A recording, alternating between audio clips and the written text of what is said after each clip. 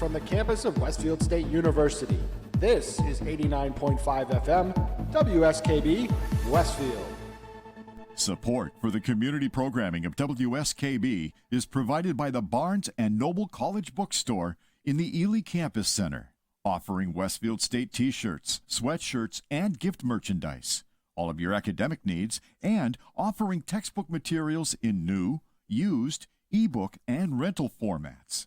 Available at the bookstore on campus or online at westfieldstate.bncollege.com.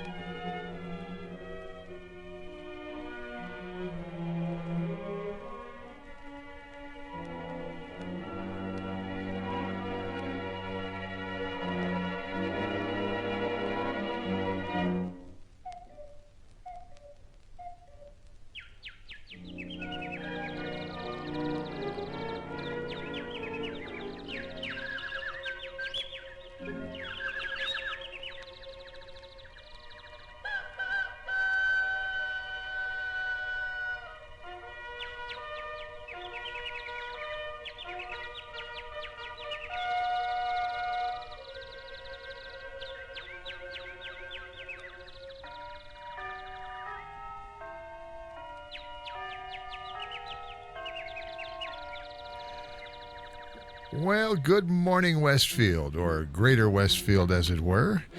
We're happy to have you with us today. I'm Jay Pagluca with JP's Talk About Town. A little bit of Hunt in the Black Forest fading off into the background as we rearrange furniture here in the studios. You're just doing it to see how it'll affect the chroma key on Channel 15.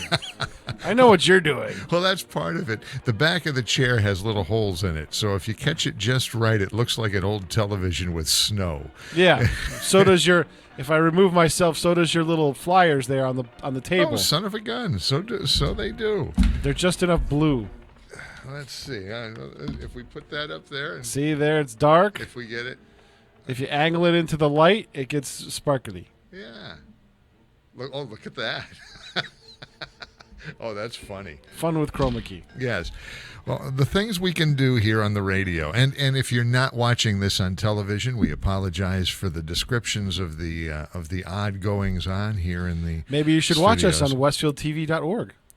You could do that, or yes. Channel 15 if you happen to have Comcast in the house. Maybe I should just broadcast to YouTube 24/7 too. That would be kind of fun. I probably could do that. And to those of you who are not watching here on television or on video somewhere, the host is wearing a very nice plaid flannel, comfortable in the cold morning. And speaking of flannel, so is our producer behind the scenes, Mr. Pete Coles. Good morning, Pete. Good morning. Yeah, good to have you with us. It's a flannel kind of day. I'm just saying. It's been a flannel kind of week, I think. It's cold, yeah. Well, I mean, it's not as cold. I spent last night here. I was here late last night doing a labor of love for my brother, who graduated about a year and a half behind me. And he played in the 1989 Western Mass Division I Super Bowl with Cathedral. No kidding. Somehow I recorded it on Nesson because it was a New England Sports Network had all the games at that time, all across the state, and I recorded the game. No kidding. On a VHS tape. So what's VHS? Oh, really? They found the tape. Where'd you end up going? It was at my mom's house, and my brother saw it when we were moving my mom out, and he kept it. And then he said, hey, it's a 30th anniversary of the game today. Today, literally today. And he says, can we get the guys together? Can you get it over to video on a computer? And on something we can read and play remotely. And can we get the guys together and watch the game? And I'm like, yeah. So I'd done it once about a month ago on a machine that was kind of iffy. It was cheap. And it was okay. A lot of freezes. So there's a machine here, and I tried it here on a better computer. And it works so much better. So I spent 3 hours watching the game again last night because I was dubbing it.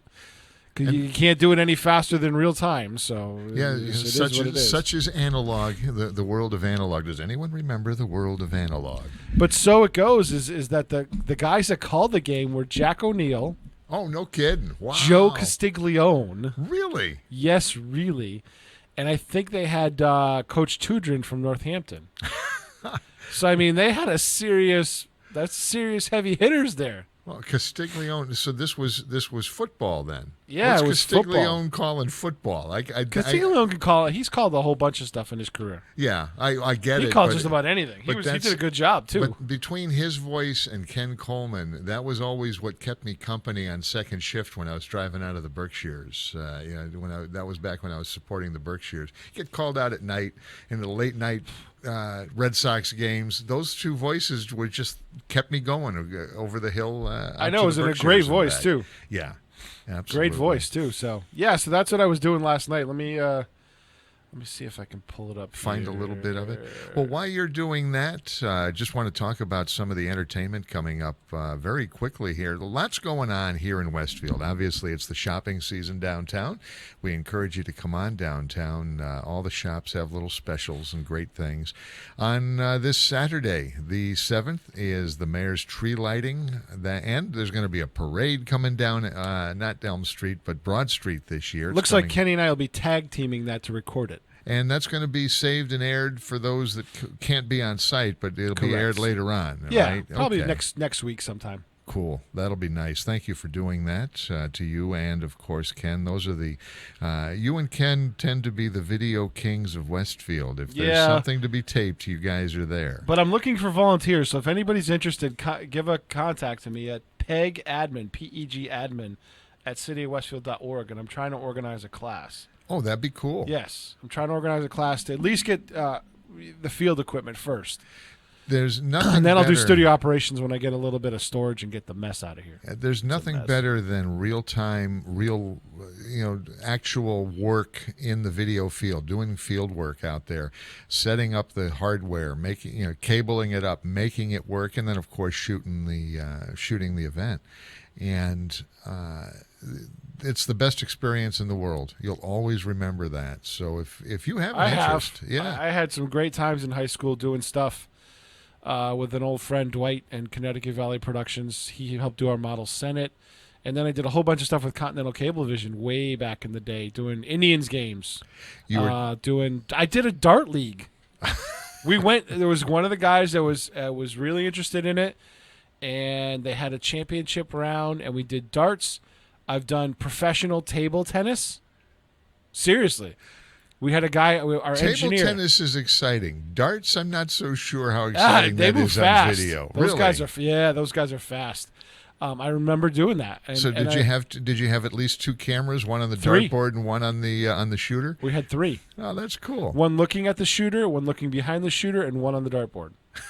Outstanding. No lie. I mean, we're serious business. See, now my first entry into video was shooting the football games. We were talking about that earlier, but my video was shooting football games in the early 70s, and it was on a half-inch reel-to-reel tape that was on a deck that was slung over my shoulder and probably weighed 30 pounds. I did VHS that was slung over my shoulder and weighed nearly 30 pounds. Yeah, that's And then I graduated. So at Cathedral, we did video and film.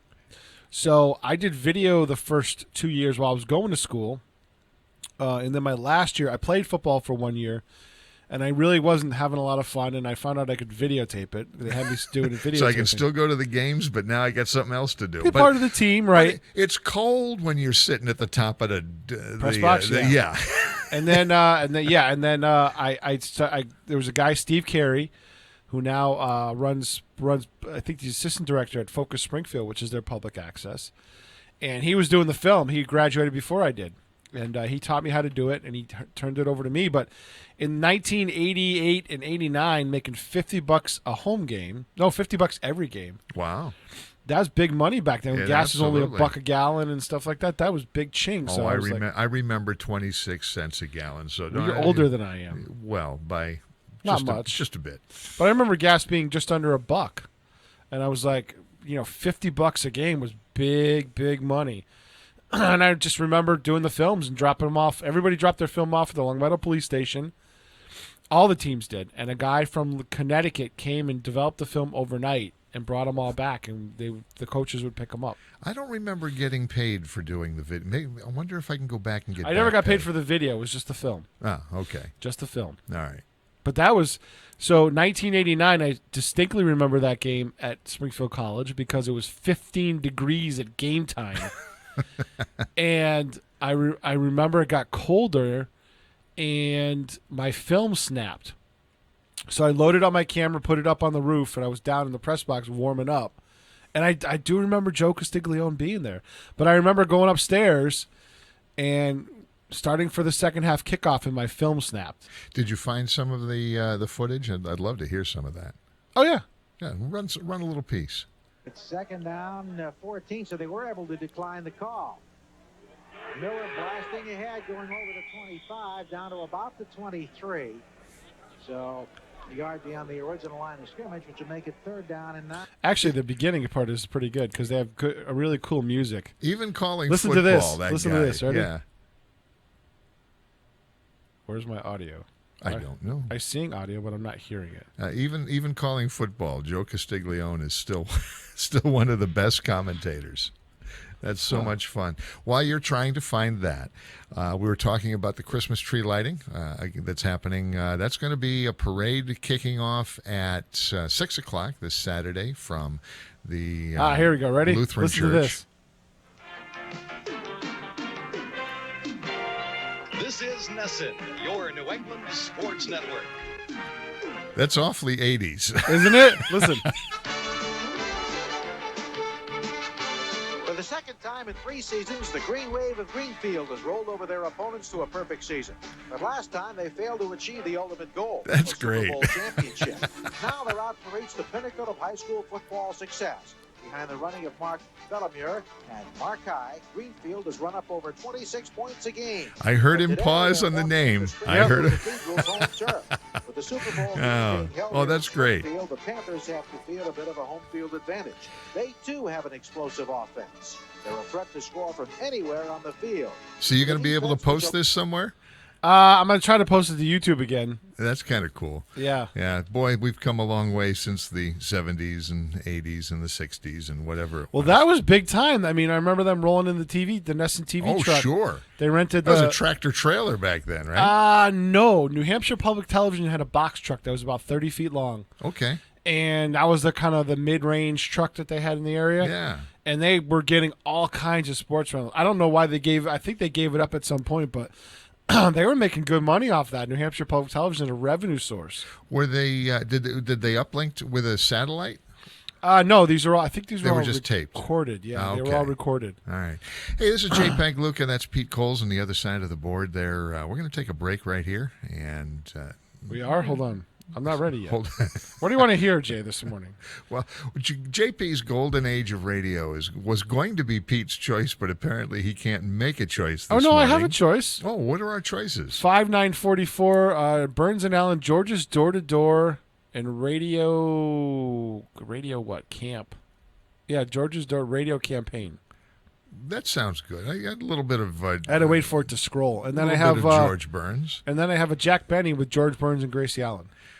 Oh, have they? Well, I'll tell you what. Let's run. We haven't run just a George Burns and Allen show, so let's do that. A little bit of comedy this morning, and when we come back, we're going to run down the rest of some of the entertainment we have coming up between now and Christmas.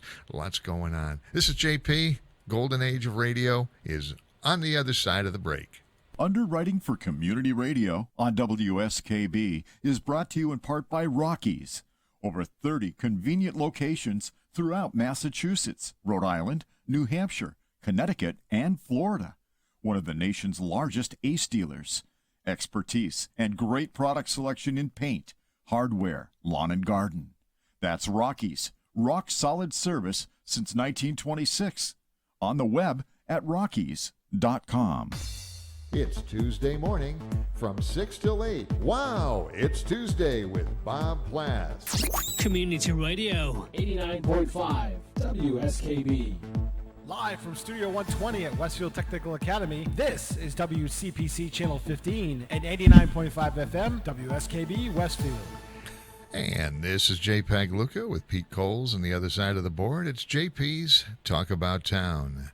Right around the corner we have JP's Golden Age of Radio this morning, featuring Burns and Allen. They were an American comedy duo consisting of George Burns and his wife, Gracie Allen. They worked together as a huge, successful comedy team in vaudeville, film, radio, television, and of course this morning we're going to feature a radio show. Ladies and gentlemen, Burns and Allen. Well, hello. Come right in. Oh, George, we've got company, and they're all in uniform.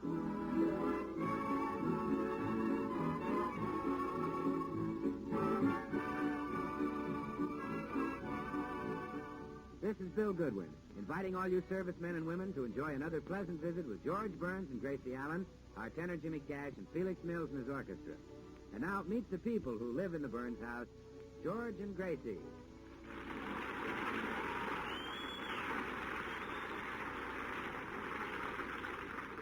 Well, now that Mr. Burns is running for political office, Mrs. Burns is more proud of him than ever.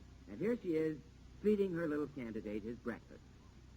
Would the second assistant substitute city councilman from the 3rd District like another piece of toast? No, thanks. Would the second assistant substitute city councilman from the 3rd District like another cup of coffee? I don't believe so. Would the second assistant substitute city Gracie, councilman... stop calling me. Well, you may as well get used to it, George. After the election, everyone will call you that. They will not. I want people to call me what they've always called me. Even my mother? Well, in her case, I'll make an exception. And anyway, I'm not elected yet. Gordon Cates may win, you know. Oh, don't make me laugh. Even the morning paper says that Gordon Cates has a very slim chance. Really? Well, not in those words, but that's all he could have. It says right here, George Burns has a fat chance.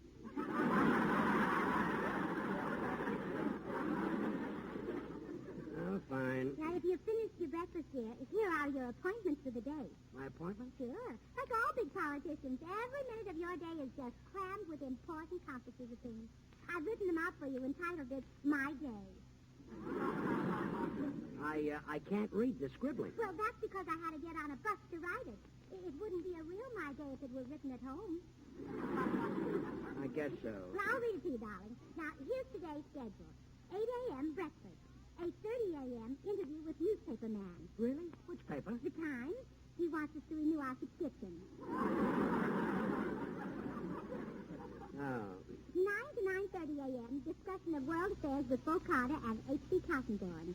9:30, turn off the radio and leave the office. Let me see that schedule. Hey, I better dress up today. 12 o'clock, luncheon with Mayor at City Hall. Mayor? Let me see that. Oh, that's Meyer. Oh, Maya. He runs the lunch counter at City Hall. Good man to know, George. Oh, yes, valuable. Now, let me read it to you. 1:30, read fan mail. 1:30 and a half, answer it. 1:31, newsreel pictures. Newsreel pictures? Yeah, and don't be late. There's a wonderful march of time. And then at 2:30... Look, I don't want to hear anymore. Oh, Newsreel that must be the postman. He's been taking a poll of the neighbors to see who's going to vote for you and who's going to vote for Gordon Cates. Excuse me, dear. Good morning, Mrs. Burns. Oh, good morning, Mr. Postman. Did you complete your poll? Yes, ma'am. I interviewed 100 people. Oh, and how many are voting for Mr. Burns? 2. 2? Well, I presume you and your husband are voting for him. Oh, but Mr. Postman, surely you'll vote for my husband. I'd like to, but I have to do what the party tells me. Oh, which party? Party I'm married to. That's my wife, Mame. She likes Mr. Cates because he's fair and square. Well, George is fair. He's so square his hat wears out at the corners. Oh, I'm sorry. I'd like to vote for your husband. But as Mame goes, so goes me. Well, good night, Mrs. Burns. Remember, keep smiling.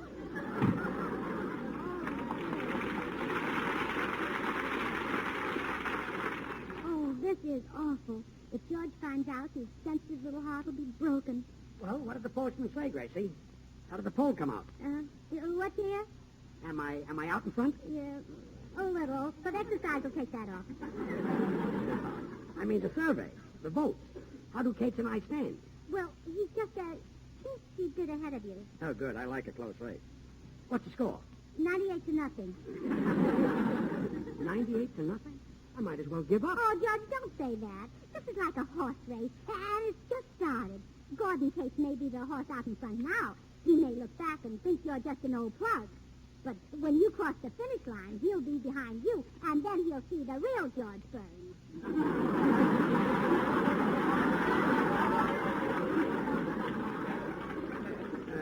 Thanks, dear.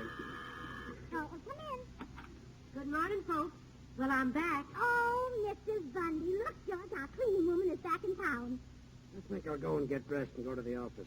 What's the matter with you, Mr. Burns? Oh, George is running for councilman in the coming election, but nobody's going to vote for him. The postman took a poll around the neighborhood. Well, if he expected to get votes for your husband, he should have taken a bat around the neighborhood.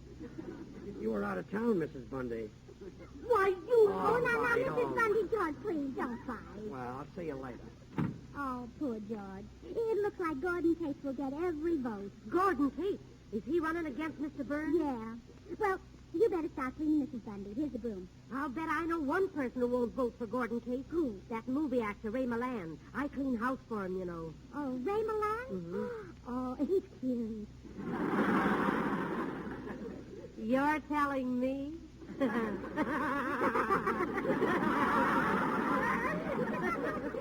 know, the women in our club voted Mr. Milan their favorite give-up boy. Give-up boy? Uh-huh. He's the boy they'd most like to give up their husband for. But, what about him? Why won't he vote for Gordon Case? Oh, it's so exciting. You see, it's no use. I just can't talk while I'm working. Well, here, hand me the broom. All right. Well, you see, Mr. Cates and Mr. Milan are next-door neighbors. They despise each other. No. Yeah. Well, tell me, Mrs. Bundy, does Gordon Case really have a lot of sex appeal? Does he? If you ask me, that's one reason Mr. Milan doesn't like him. He's jealous of Mr. Cates' figure. Oh. But Mr. Milan seems to have a nice figure on the screen. On the screen, yeah. Oh, you mean he wears a... Well, Mrs. Burns, I don't want to say positively.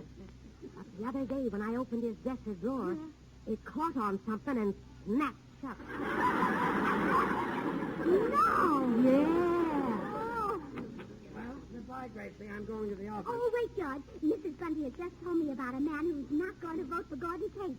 So what? Well, if there's one, there must be more. I'll bet there are plenty of people who'd vote for you if they were only exposed to your personality. You think so? Oh, absolutely. All you have to do is go from house to house and smoke them out. And you're just the little smudge pot who can do it. Thanks. Hello, folks. Oh, you're just in time to go along with us, Bill. Oh, really? Where are you going? On a house-to-house campaign for George. Where do you think you'll have any luck? Oh, sure. Mrs. Bundy already knows one man who'll support him. Well, that's a switch. A man supporting George.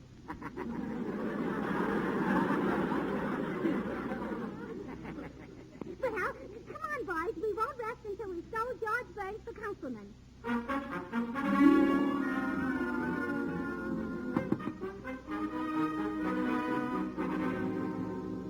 Gracie, I'll handle this myself. You gotta be brief and to the point. No beating around the bush. Yeah? Are you interested in politics? Yeah. Are you interested in who becomes councilman, George Burns or Gordon Case? Yeah. Well, I'm George Burns. Well, I'm Gordon Case.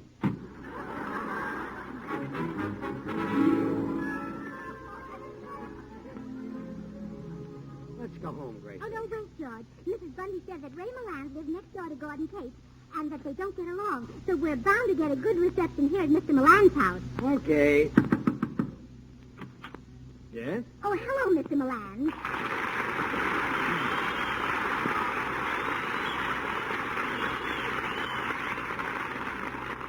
Mr. Milland, you don't want Gordon Cates elected councilman, do you? I should say not. I'd rather see a moron in office. Oh, no. You see, George, I knew he'd support you. I'm George Burns, Mr. Milan. I'm running against Gordon Cates in the election. Well, come in. Oh, thank you. Well, you really feel strongly about Mr. Cates, don't you? You said it. Why, I'd rather vote for I'd rather vote for your husband. Well, thanks. And if I'm elected, I'll do my best. I'll clean up the city. Cates thinks he's got so much sex appeal. Well, if I'm elected, I'll do my best. I'll give this city Gordon a clean... Cates. Why, I'd rather see a baboon in office. Well, if I'm elected, I'll do my best. I'll give the city a clean... Gordon Cates. Mr. Milan, you're not listening. Huh? Wouldn't you like to know how I stand? Oh, yes. That's been puzzling me ever since your wife had drove me around. Well, now, Mr. Milan, we need your help to win this election. Well, what can I do? Well, now, for one thing, George seems to have trouble getting the women's vote. Maybe you could give him a hint. Well, maybe I can now. Let's see. Come here, George. Now, I'll show you how I'd ask a woman to vote for me. I'd take her hand. Here, give me a hand. I'd look into her eyes like this, and I'd say, oh, darling. Darling, I need your help. Will you vote for me? Oh, yes, Ray, of course. George! Well, thank you, Mr. Milan. George had better be going now if he expects to visit every voter in this district before election. Is that how he's trying to get votes? Uh-huh. Is there a better way? Why, certainly. Put him on the radio. Oh, say, that's an idea. And television will be here any minute. Yes, there's not a moment to lose. Oh, this is a wonderful idea. The George Burns for Councilman program. We'll sell George over the air just like he was a liver pill. Or a rebuilt second-hand car. I'll go and get the script in. Yeah, I know the guy who manages the local station. I'll go arrange for the time. What do I do? Well, you're the product, George. What do products do? Well, let's drop him in the water and listen to him says. Never mind. And we'll see you at the station tonight, Mr. Milan. And thanks for helping us get George elected. I'd do anything to get even with Gordon Cates. Why, I'd rather see a weasel in office. If I'm elected, I'll do my best.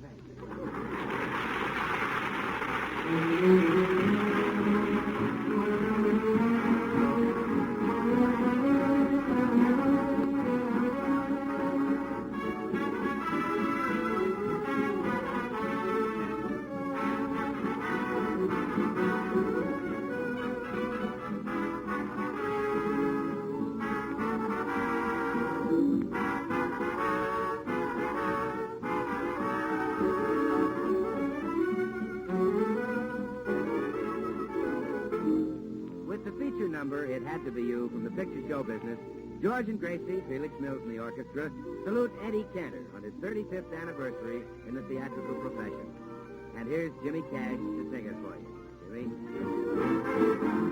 It had to be you. It had to be you. I wandered around and finally found that somebody who could make me be true, could make me be blue, and even be glad just to be sad thinking of you. Some others I've seen might never be mean, might never be cross or try to be boss, but they wouldn't do. For nobody else gave me a thrill. With all your faults, I love you still. It had to be you, wonderful you, had to be you.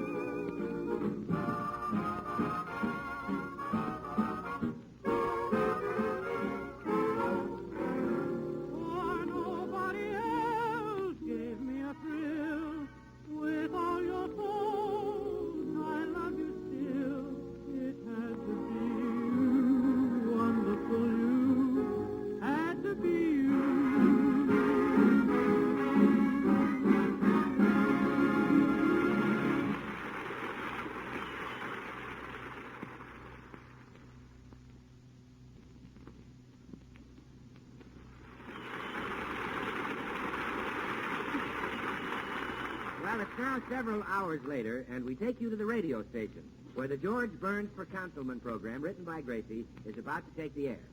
We're on the air in 15 seconds, folks. Oh, thank you, Mr. Announcer. Now, don't be nervous. Don't be nervous. I've been an announcer for years. Yes. Yes, just be calm, very calm. Like me. Presenting the George Burns for Second Assistant Substitute City Councilman for the 3rd District program. Featuring Mrs. George Burns, Ray Milland, Felix Mills and his orchestra, and yours truly, Glenn Hall Taylor. We bring you comedy, drama, and music. But first, a word about our product, George Burns. With men who know politicians best, it's George Burns. Who's he? Don't be fooled by imitations. The original George Burns comes in a shiny blue serge suit with padding in the shoulders. No. Let's put him in office. Our slogan is, let's start, get George going. LSGGG. Let's start, get George going. LSGGG. Don't forget the name, George Burns. Spelled backwards, it's much harder to pronounce. Remember, his name is George Burns. No other candidate can make that claim. And now you will hear the voice of George Burns himself. Thank you. If I'm elected... Lovely voice, hasn't he? Well, we're on with the show.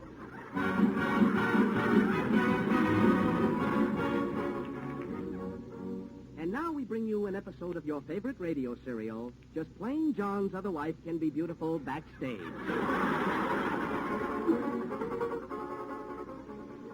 We take you now to the home of John and his wife, a typical, happy, wholesome American couple whose simple little problems are just like your simple little problems, or my simple little problems, or the simple little problems of the simple little family that lives in the simple little house next door. Oh, would you like more coffee, simple little John? Thank you, dear. Where is Bertram, our son? He won't be here. The police arrested him for murder. Really? Whom did he kill? His fiancée. Oh, too bad. They'd have made such a charming couple. I wonder if Bertram will get the hot seat. Yes, I wonder. Was there any mail this morning, dear? Only a letter from Chloe, our daughter. She's married to a soldier. Oh, such an impulsive child. Just yesterday she married a sailor. No. No, that was a Marine, dear. The sailor was day before yesterday. I wonder if she'll ever settle down. Yes, I wonder. Darling, this coffee tastes a bit peculiar. I know. I'm afraid I made a silly mistake and filled a sugar bowl with arsenic. Oh. Well, you really should wear glasses, dear. I wonder if we'll be able to reach the doctor before the arsenic is fatal. Yes, I wonder. Well, will Bertram get the hot seat? Will Chloe settle down? Will John and his wife reach a doctor in time? You'd like to know, wouldn't you? Well, if you don't vote for George Burns, we won't tell you, so there. Naturally, before you vote for him, you want to hear George Burns' record. So here he is in person to tell you about it. Thank you. Well, But George Burns' record speaks for itself. Let's listen as his record speaks. G-E-O-R-G spells George so close for him, if small or large, before he's under lock and key. The G-E-O-R-G.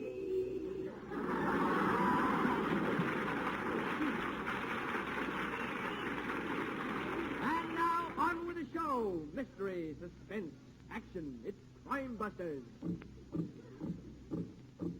Listen carefully as we show you how officers of the law, working step by careful step, solve the case of the Eagle Rock Bank robbery. Oh! That man is now in prison for life. Crime does not pay. But it's no crime to vote for George Burns. Do it on Election Day and do it often. And now a word from our candidate.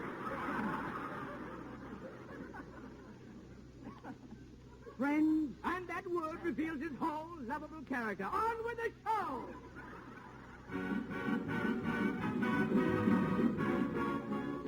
Are you tired, run down, logy? Do you have saggy shoulders and tattletale tummy?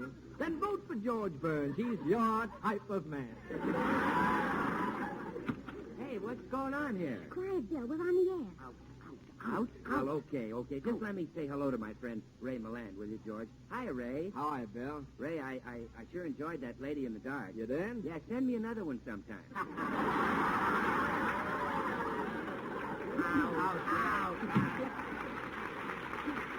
On with the show! We bring you now 15 minutes of uninterrupted recorded music with Ray, the night watchman. Thank you. Yes, sir. 15 minutes of solid music. No commercials. No talk about politics. Just music. This number is dedicated to Hal and Jesse, who announced their engagement on the same day that George Burns announced that he would run for second assistant councilman from the 3rd District. And also to Mr. and Mrs. Conway, prominent citizens of the 3rd District, where George Burns is running for second assistant councilman. And to Oscar Brodney, conductor of the crosstown trolley, which runs past the house of George Burns, candidate for second assistant councilman from the 3rd District. And to Mr. and Mrs. Lewis, who recently became the parents of a baby girl, which was kissed by George Burns during his campaign for the office of second assistant councilman. And now, back to the music. You have just heard 15 minutes of uninterrupted music presented by Ray, the night watchman, and sponsored by the George Burns for Councilman Committee. And now our candidate will outline his political platform. Well, if I'm elected... If he says yet, on with the show!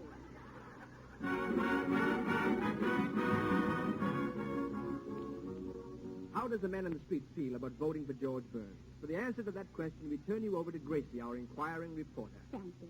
Beside me at the microphone is the man I found in the street. Tell me, sir. Tell me, who are you going to vote for? Who am I going to vote for? Good old Alf Lander, that's all. Oh, but Alfred Landon isn't running. This is running. How do you like that? Leave the convention for 2 minutes and they switch candidates on you. On with the show! On with the show! You are listening to the George Burns for second assistant substitute city councilman from the 3rd District program. And now the entire remainder of this hour will be turned over to Mr. Burns for his campaign speech. Fellow citizens, 12 o'clock Pacific win the wartime. And this station now leaves the air. The George Burns for Councilman program was a paid political broadcast and did not necessarily express the views of this station.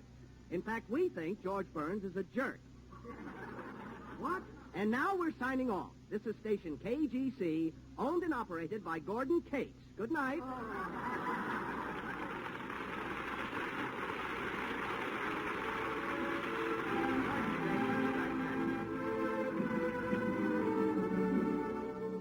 Tonight, our young tenor Jimmy Cash sings the romantic ballad, Speak Low. Sing low, James. Speak low when you speak low. Our summer day withers away. Too soon, speak low. When you speak love, our moment is swift, like ships adrift. We're swept apart too soon. Speak low, darling, speak low. Love is a spark lost in the dark. Too soon, I feel wherever I go that tomorrow is near, tomorrow is here, and always too soon. Time is old and love so brief. Love is pure gold and time a thief. We'll age, darling, we'll age. The curtain descends, everything ends. Too soon, I wait, darling, I wait. Will you speak low to me, speak love to me, and so...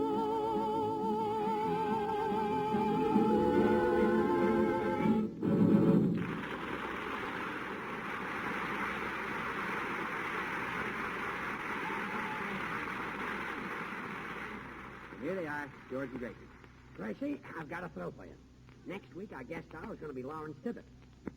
Lawrence Tibbett. Tibbett. He sings, doesn't he? And how? He's one of the greatest singers in the world. As good as you? Oh, honey, you can't compare me with Lawrence Tibbett. I can't hit those deep, low notes like Tibbett. He brings them right up from his diaphragm. Where's that? The diaphragm is right below your chest. Oh, well, then you ought to be able to bring up the lowest notes in the world from down there where your chest is located.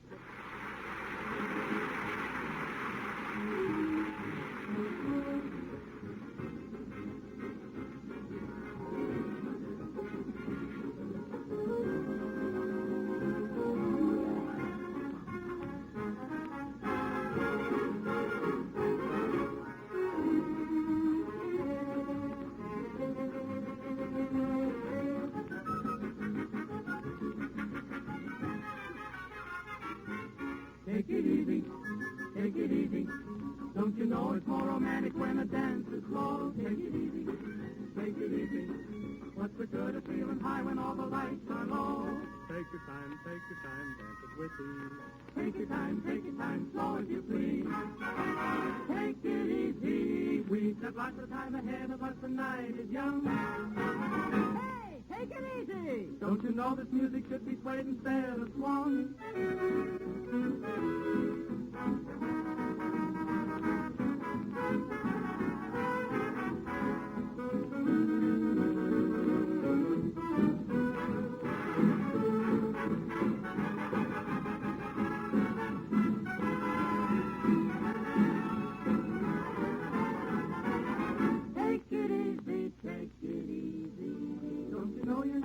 To make the rumba jump, take it easy, take it easy.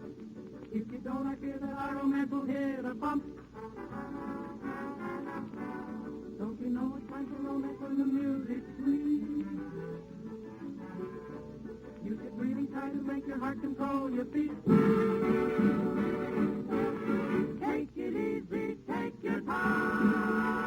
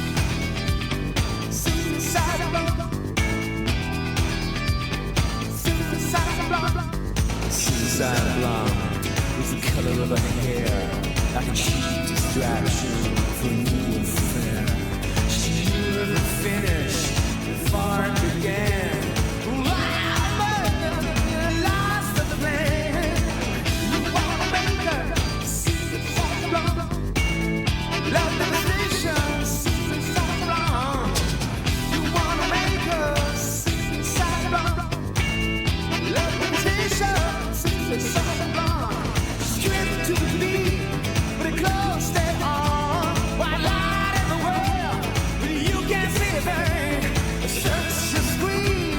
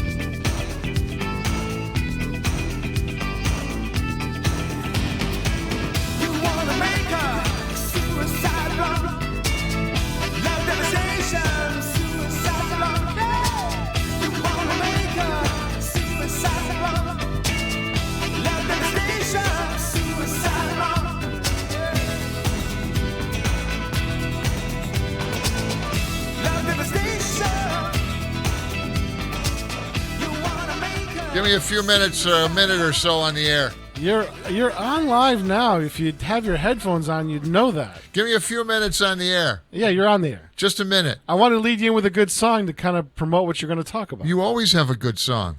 That's a great song. Oh, I'm on the air. Yeah, you're on the air. Hey, this is JPEG Luca. JP's talking about I love when you just surprise yourself by saying, I'm on the air. I wasn't surprising myself. I knew I was there all the time. Yeah. Yeah, that's my story, and I'm sticking to it.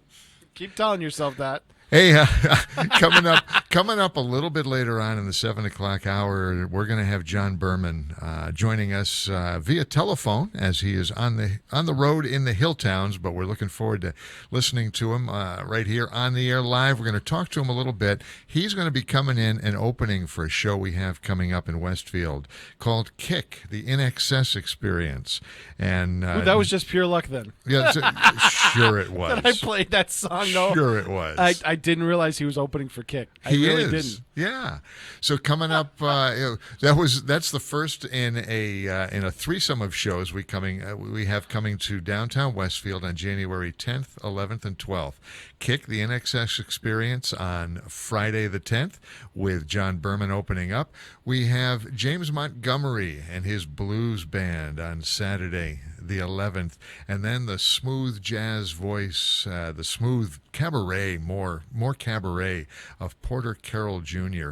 If you don't know that name, if you don't know Porter Carroll, he was a percussionist in the original Hall & Oates band and has since gone on to do a lot of stuff on his own. He was one of the founding members of Atlantic Starr in the late 70s and early 80s. Good band. They were, yes, absolutely. And still plays percussion for Hall & Oates, among many other bands out there. So Porter Carroll Jr. Will be coming to Westfield. Unbelievable lineup of music. More information and tickets are available at westfieldconcerts.com. More of that coming up. And right now we're going to jump into one more piece of JP's Golden Age of Radio. We really don't have time for that. It's 6:53, so we should just talk about what's going on. Oh, we can do that too. Because he's coming up right after 7 o'clock, right? Well, now more like 7:15 or so. 7:15, so I need to find something short. Do you have a short? So let's talk about and remind people of this weekend. We have the tree lighting coming up. Annually, we light the tree here on the green in Westfield. I'll be hanging around on the stage somewhere. So please bring it's a great family event. Bring your family out. There's the Lantern Light Parade will be kicking off at 6 o'clock from the church there on Broad Street. We're changing it up a little bit this year. And if you want to back up a little bit further in the afternoon, we're going to have a Lantern Light workshop over at what used to be South Middle School. What's it called now? Westfield Middle School. Yeah, I can never remember. Intermediate's on the north side. Yeah. So whatever the school on South Broad Street? Yeah, Spring Street. Whatever. Is that? No. It's what? South Broad is one corner. Well, kind of one corner. Near the post office. Yeah. So we'll go with that. West Silver Street. That's it. So what did I say? Yeah, no, West Silver Street. But it's right Street, by the yeah. Well, it's right by the How about a little office. Yours truly Johnny Dollar teaser, 15-minute episode? We can do something like that. Yeah, that'd be great. I remember this one. It's from 11/23, so right around this time of year, 55. It's the Amy Bradshaw matter, and we'll air the first part of it. And then next weekend or next Friday, we can finish it up. So we'll have that to look forward to. Just remind me. Write that down somewhere. Send yourself an email. Okay. And now, from Hollywood, it's time now for Johnny Dollar. Al Centella at police headquarters, Johnny. Yeah. You hear what happened at the Criterion Theater after the show last night? I was off duty when you called, but Sergeant Rogers gave me a fill-in this morning. So somebody tried to drop a sandbag on Amy Bradshaw backstage. Yeah, a real near miss. You still think these attempts on her life are publicity stunts? No, it looks like your hunch was right. I'll have a couple of my boys keep an eye on Amy. Thanks. Johnny, you wanted to know the whereabouts of this guy, Bill York. From Hollywood, it's time now for Johnny Dollar. George Atkins at Northwest Indemnity. Oh, hiya, Georgie. How'd you like to go to New York, Johnny, and get into the gay, mad world of the theater? Thanks a lot, Georgie, but no thanks. I'm not the grease paint type. I know, but Amy Bradshaw is. Amy Bradshaw? Yeah, we wrote a policy on her a couple years ago. Look, if it's her autograph you want, why send me? It's not that simple. Anyhow, she's got all the fans she wants. I know. I'm one of them. I think she's great. Johnny, looks like somebody's trying to kill her. Georgie, I'll be right over.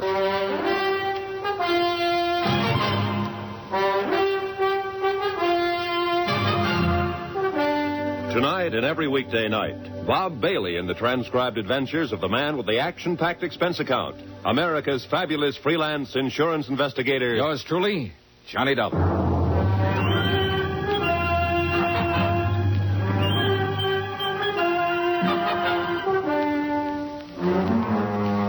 Expense account submitted by Special Investigator Johnny Dollar to the Northwestern Indemnity Alliance, Hartford, Connecticut. The following is an accounting of expenditures during my investigation of the Amy Bradshaw matter. Expense account item 1, $16.50. Transportation and incidentals to New York City. I checked in at a hotel and then went over to the Criterion Theater on West 44th, where Amy was starring in a play called The Unguarded Hour. David Coleman, the director, was standing in the wings watching the third act on stage. There's no other way. David Coleman? Yes? I'm Johnny Dollar, insurance investigator, sent over by Northwestern Indemnity. Oh, yes, Mr. Dollar. I called them. Let's go over here where we can talk. Okay. Got to be this way. And it's got to be now. How's the play going? Well, 22 weeks now. Been going along just fine until this business came up. How did it start? Last evening, just before curtain time, I dropped by Amy's dressing room. She looked, well, strange. How so? Pale, trembling. She was staring at a note in her hand that sounded like some sort of crank note. You know, you are an evil woman. You will be punished by sudden death, unquote. Have you reported this to the police? Oh, no. I was afraid that if I did, it might get into the papers, and we don't want that kind of publicity. I see. How about if I talk to Amy after the show? I told her you'd be down, and she'll talk to you. Oh, good. Well... Mr. Dollar, the strain of this whole thing's beginning to show up in her performance. She's making mistakes, and it rattles the cast, especially the young ingenue, Sheila Mitchell. Mm-hmm. Well, I'll see what I can do. There's always the possibility that it is just a crank note and that Amy will never hear any more of it. Well, that's what I'm hoping. But we might as well face another possibility. That somebody close to Amy is using the crank note as a cover. Has that thought ever occurred to you? Why, no. No, it hasn't, Mr. Dollar.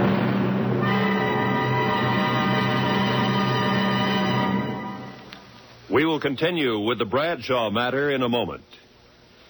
Friends, how'd you like to thrill your favorite youngster with some of the most exciting toys of the year? Picture the breathless excitement of any child surrounded by 6 gaily colored balloon-like giant animals up to 3 feet long, and all for the low, low price of just $1. Now, first you get Bounco the clown with round pot belly and funny nose. Next comes Hoppy the Australian kangaroo. Third, there's Roscoe the roller skating bear. He's 2 feet tall and looks almost like real. Fourth, there's Whitey the fat indoor snowman. And fifth, Mortimer the giant mouse, 18 inches long and sure to scare the whiskers off any cat. That's 5 different giant animals. But now, hold your breath for the most sensational toy of all, the star of the whole Christmas season, the jolly giant talking Santa Claus, guaranteed to make everybody's Christmas a merrier one. He's a big roly-poly happy Santa. He stands erect on 2 legs, is actually over 3 feet tall and 32 inches around. Best of all, he actually talks. Just pull the tape and he says, "Merry Christmas" for all to hear. He's the biggest, merriest, talkingest Santa ever, sure to please your youngsters and spread good cheer. Yes, Giant Santa proves there really is a Santa Claus. That's a total of 6 giant animals made of brightly colored, preformed, sturdy latex, which the kids can easily inflate. And the cost, just $1, not for each, just $1 for all 6 of these lovable giants who'll turn your home into a circus parade. And here's a surprise. Mail your order today and you'll also receive absolutely free Peter the Rabbit, actually over 2 feet tall with big red ears almost 9 inches long. But you must send now. Rush $1 plus 10 cents for packing and mailing for each set you want to Giant Animals Box 1580, Grand Central Station, New York City. If not delighted with every one of your 7 giant animals, return them to the Super Animals Company for a full refund, but keep the giant talking Santa as our gift. Order now. Supplies are limited. Rush $1.10 for packing and mailing for each set in cash, check, or money order to Giant Animals, Box 1580, Grand Central Station, New York City. That's $1 plus 10 cents with your name and address. Mail to Giant Animals, Box 1580, Grand Central Station, New York City. That's Giant Animals, Box 1580, Grand Central Station, New York City.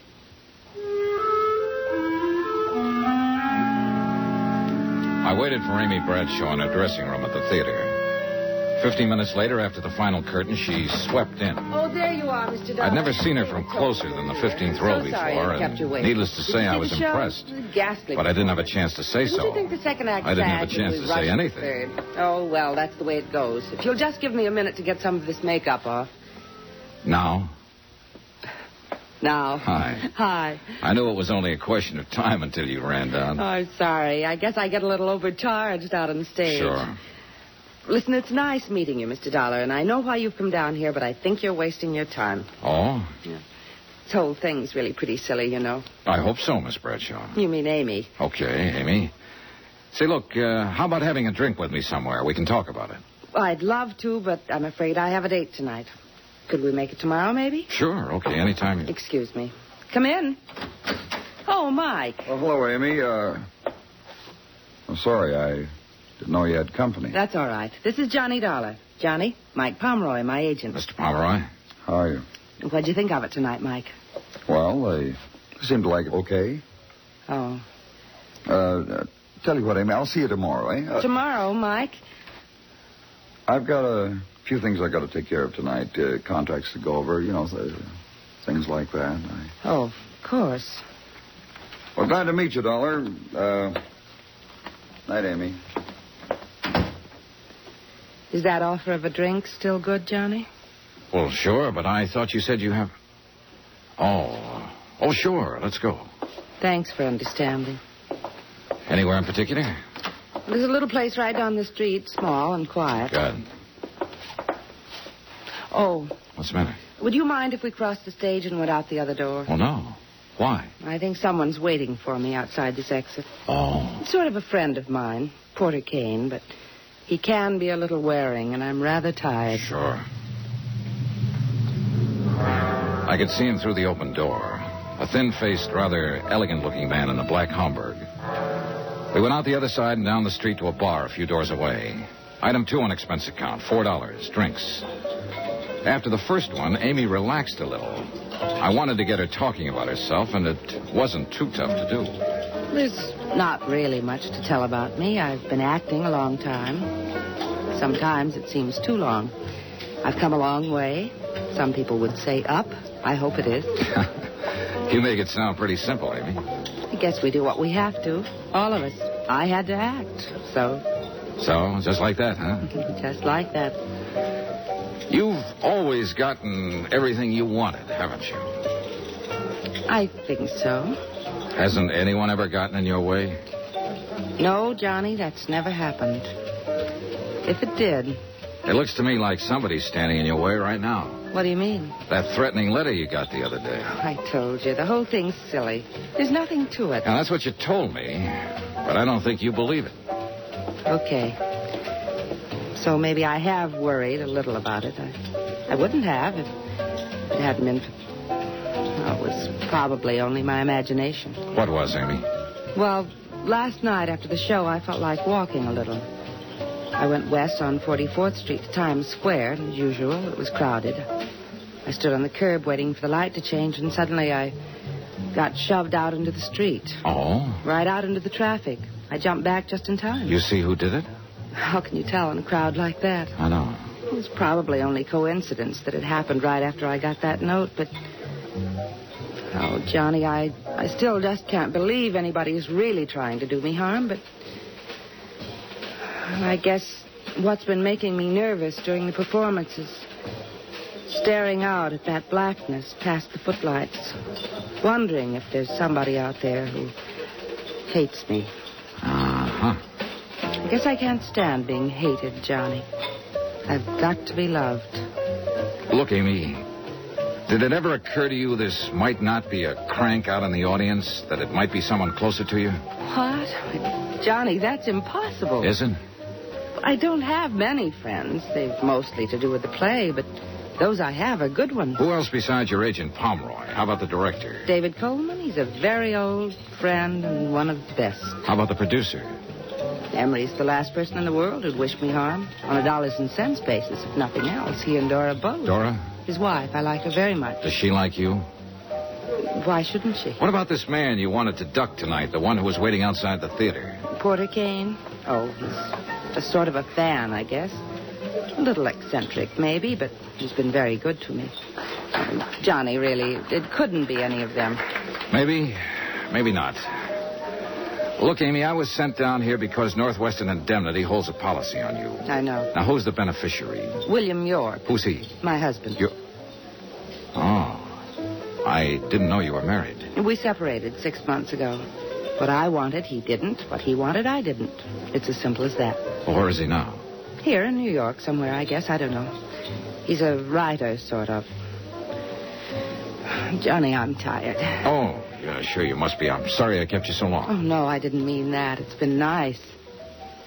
Very nice. It's funny. I seem to relax a little when I'm with you. We let that one lay and went outside.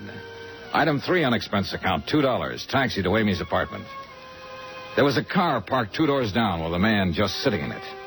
I saw Amy give it a quick look. Then as she said goodnight to me at the door, I noticed that she slipped the catch on it. I sauntered across the street and stepped into the shadows. A moment later, the door of the parked car opened and her agent, Mike Pomeroy, got out and went into the apartment house. Then I realized I wasn't the only one watching this. Half a block down the street, I could see a figure in a shadowy doorway. I ran toward him, but he took off around the corner. When I reached the corner, he was nowhere in sight. Amy might have been taking this thing only half seriously, but I was real serious about it now. She said she had some very nice friends. But I had a strong hunch that one of these very nice friends was out to kill her.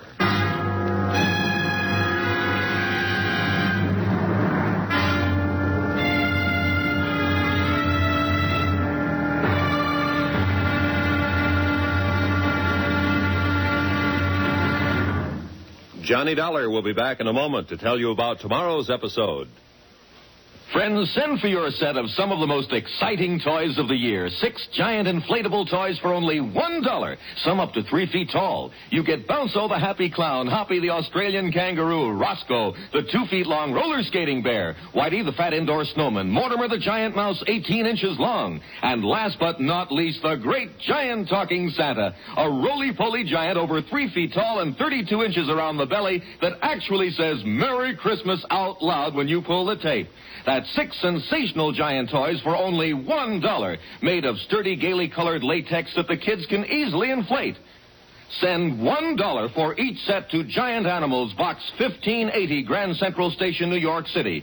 And if you order right now, you get Peter the Rabbit, over 2 feet tall, absolutely free. If not delighted with your Giant Animals, your money refunded immediately. Order today. You may never hear this offer again. Rush $1 plus 10 cents for packing and mailing in cash, check, or money order to Giant Animals, Box 1580, Grand Central Station, New York City. That's $1 plus 10 cents for each set with your name and address to Giant Animals, Box 1580, Grand Central Station, New York City.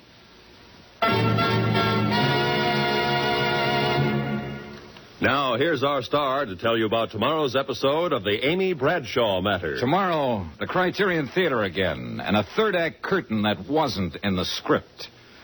Join us, won't you? Yours truly, Johnny Dollar. Yours truly, Johnny Dollar, starring Bob Bailey, is transcribed in Hollywood. Written by Robert Reif, it is produced and directed by Jack Johnstone. Be sure to join us tomorrow night, same time and station, for the next exciting episode of Yours truly, Johnny Dollar. Roy Rowan speaking.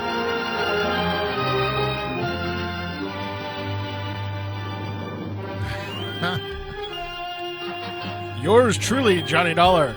I wonder if somebody was to send in a request for the giant things they were trying to sell to that address in New York City, somebody still lives there or works there or something, and they've got to, what is this request for? That'd be funny, actually. Yeah, I think that's hilarious. Just the enthusiasm that the announcer had for that was. And he said it really fast too. One of the things I love about the 50s and 60s ads, the commercials. Yeah, the spots were interesting. All right, we'll use that word.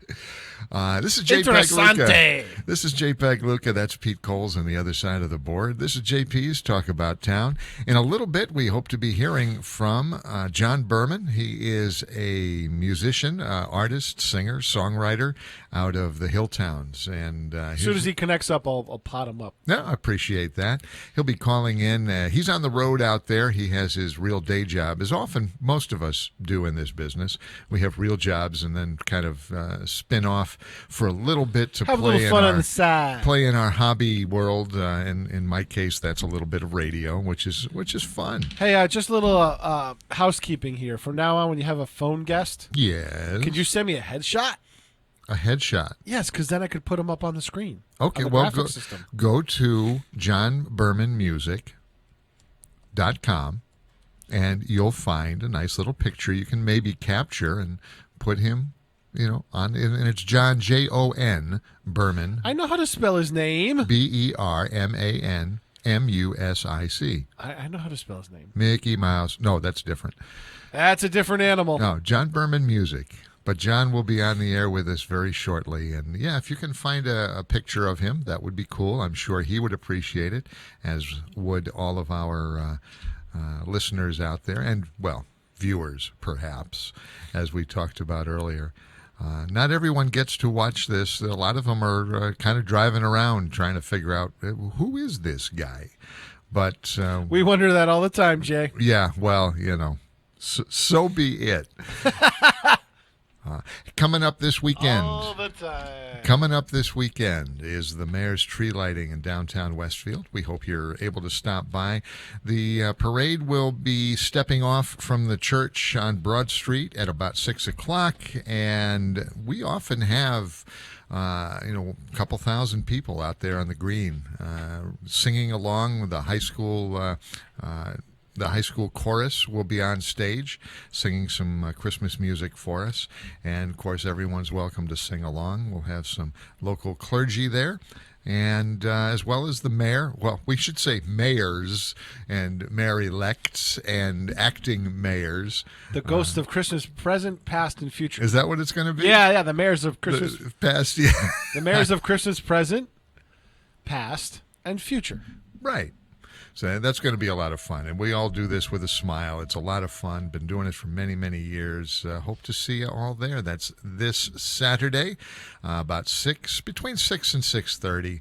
And it shouldn't be too cold. Yeah, because we'll be done by 7:30. By the way, Santa will be there. He's going to be riding in the end of the parade. And right after the tree lights up, he's going to be over in the pavilion so that... if you'd like to bring your little ones over to chat with Santa after the tree lighting, he'll be there for a little bit afterwards. That'll be great. We hope you enjoy that. Thanks for the folks at Westfield on weekends for helping to organize and put this thing together. It's a great time. We do this every year. In a couple of weeks, there's a couple of things going on at Westfield High School, all music-based. The Westfield High School Band will be... on stage doing their Christmas concert on Tuesday the 17th, and then the Westfield High School Chorus on Thursday the 19th will be in the Westfield High School Auditorium. I believe both of those shows are free. These are all things that just great music here in town that we love to do and love to be part of. I'll be hanging around helping out for most of those things, so if you see me, make sure you stop and say hello. Coming up in January, after the holidays, everybody's had a chance to relax and digest all the food that they ate too much of. That's the weekend of January 10th, 11th, and 12th. That's a Friday, Saturday, and Sunday. We have 3 great shows coming to the Westfield Women's Club.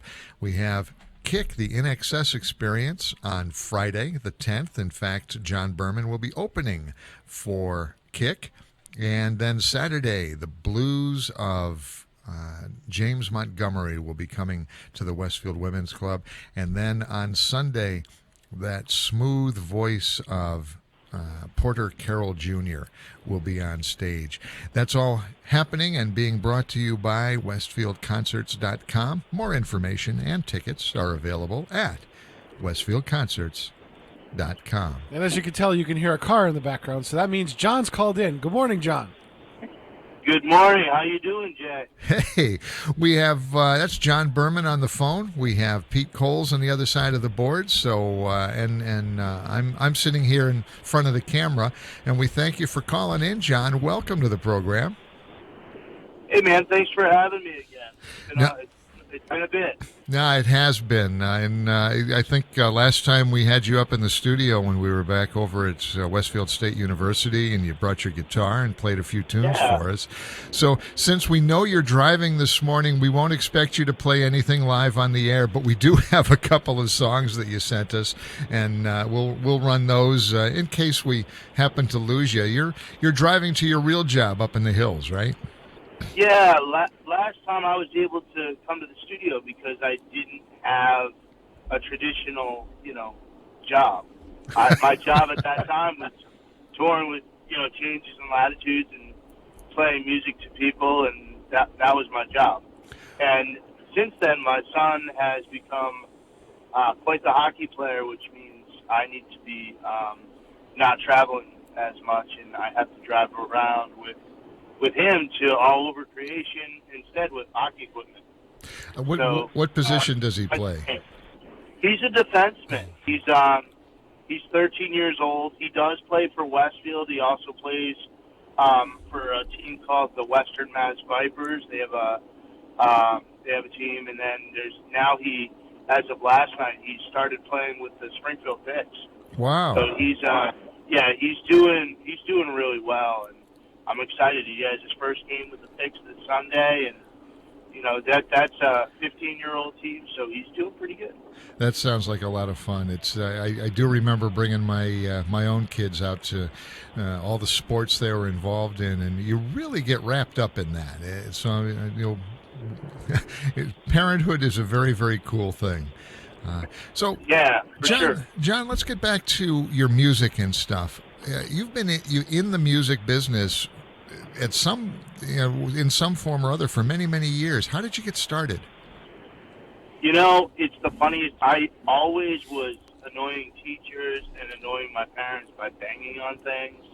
And my mother actually had a picture of me trying to play guitar when I was like 3, which is really funny. She had a guitar that I apparently pretty much demolished when I was 3 and trying to play and figure out how to do something with, and then I kind of lost it. I didn't really think about it again, I guess, until I was in junior high, and because I was a hockey player too, and then started picking up because the high school program where I grew up was really strong.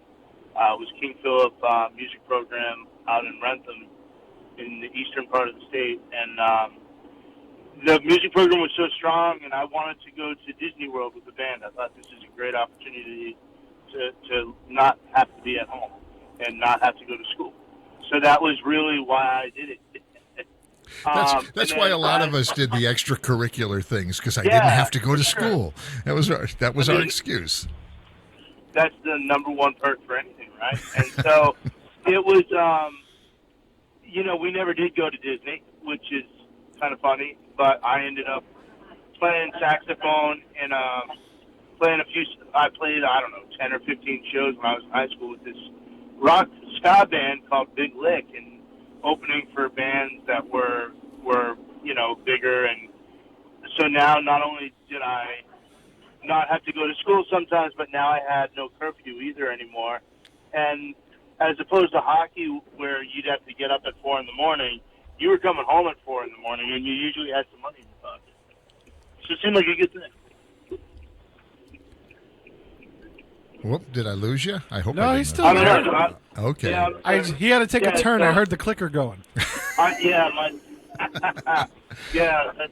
Yeah. So I'm traveling up to Hoosick Valley up in the middle of nowhere.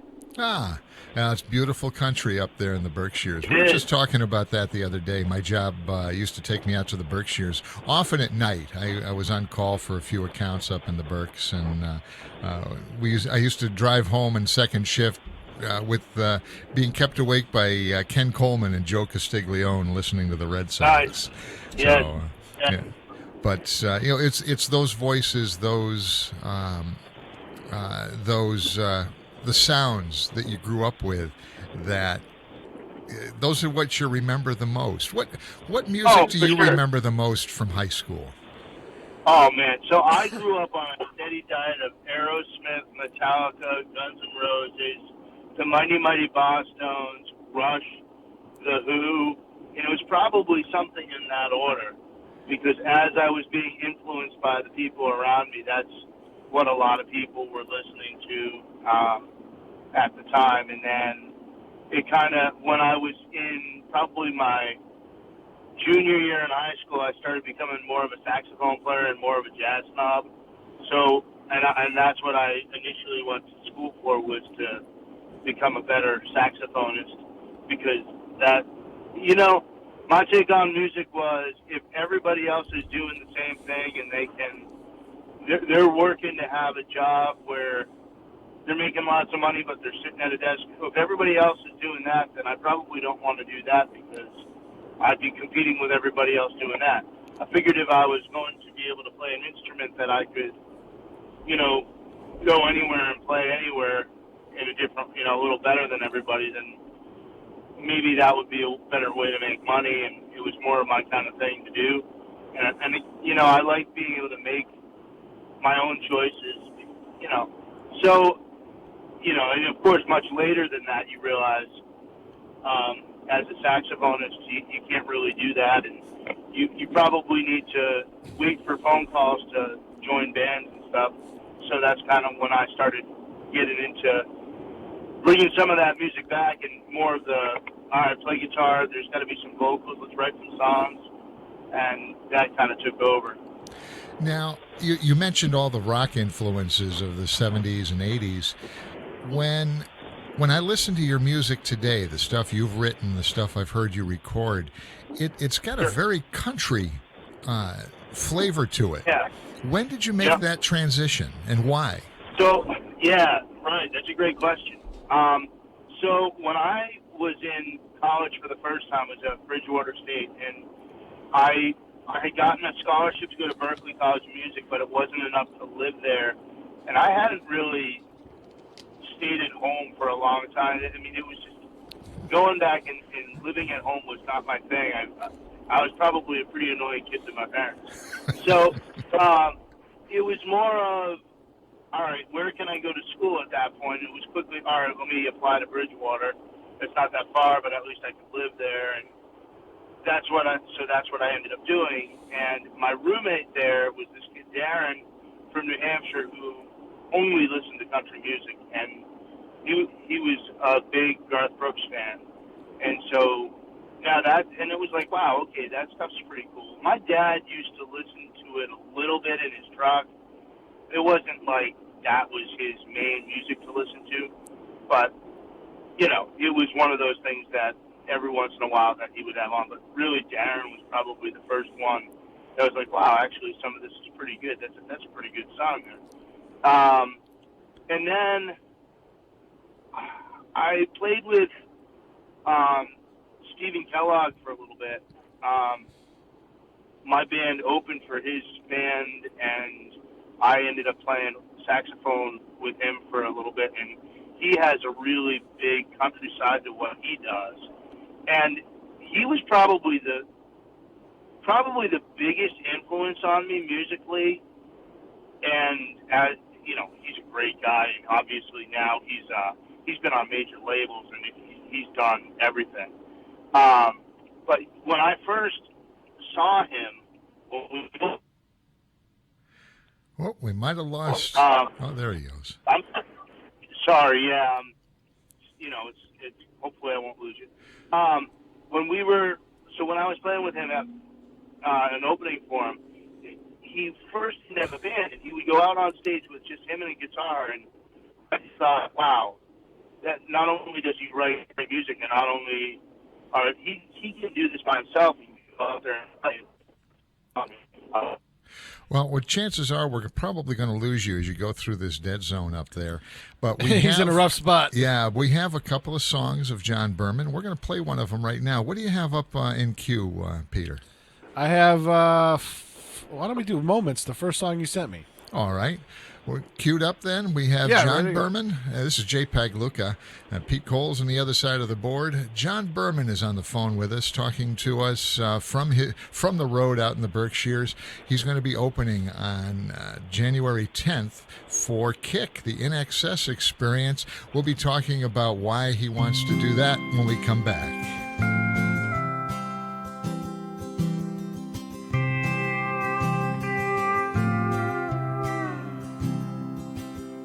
Lord, I want to go to Minnesota, where the winter's cold and days are short and sweet. We can sit and play guitar by the fire after dark, play hockey every day on an outdoor rink. Girl, I want to slow down this moment, and the moment after that can slow down too. Want to give you all my time, for the world passes by, steals from us our last grasp of youth. 'Cause it's clouds that pass us by as we spin around the sun, and the moon does its dance under the stars. We rush to fill our bags with that harvest of life. It's over too soon before we're done.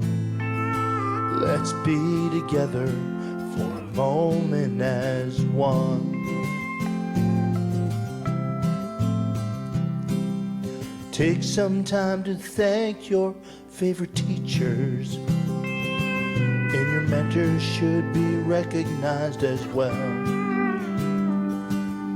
Thank them for the words that push you to reach further than you would by yourself. 'Cause it's clouds that pass us by as we spin around the sun, and the moon does its dance under the stars. We rush to fill our bags with that harvest of life. It's over too soon before we're done. Let's be together for a moment as one.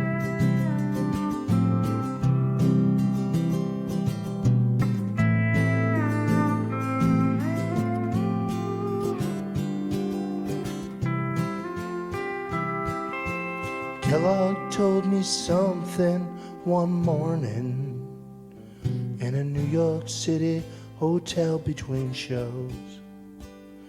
Be the best at what you do in the role that you have. No one can hold you back from your goals. 'Cause it's clouds that pass us by as we spin around the sun, and the moon does its dance under the stars. We rush to fill our bags with that harvest of life. It's over too soon before we're done. Let's be together for a moment as one. Let's be together for a moment as one. Let's be together for a moment as one.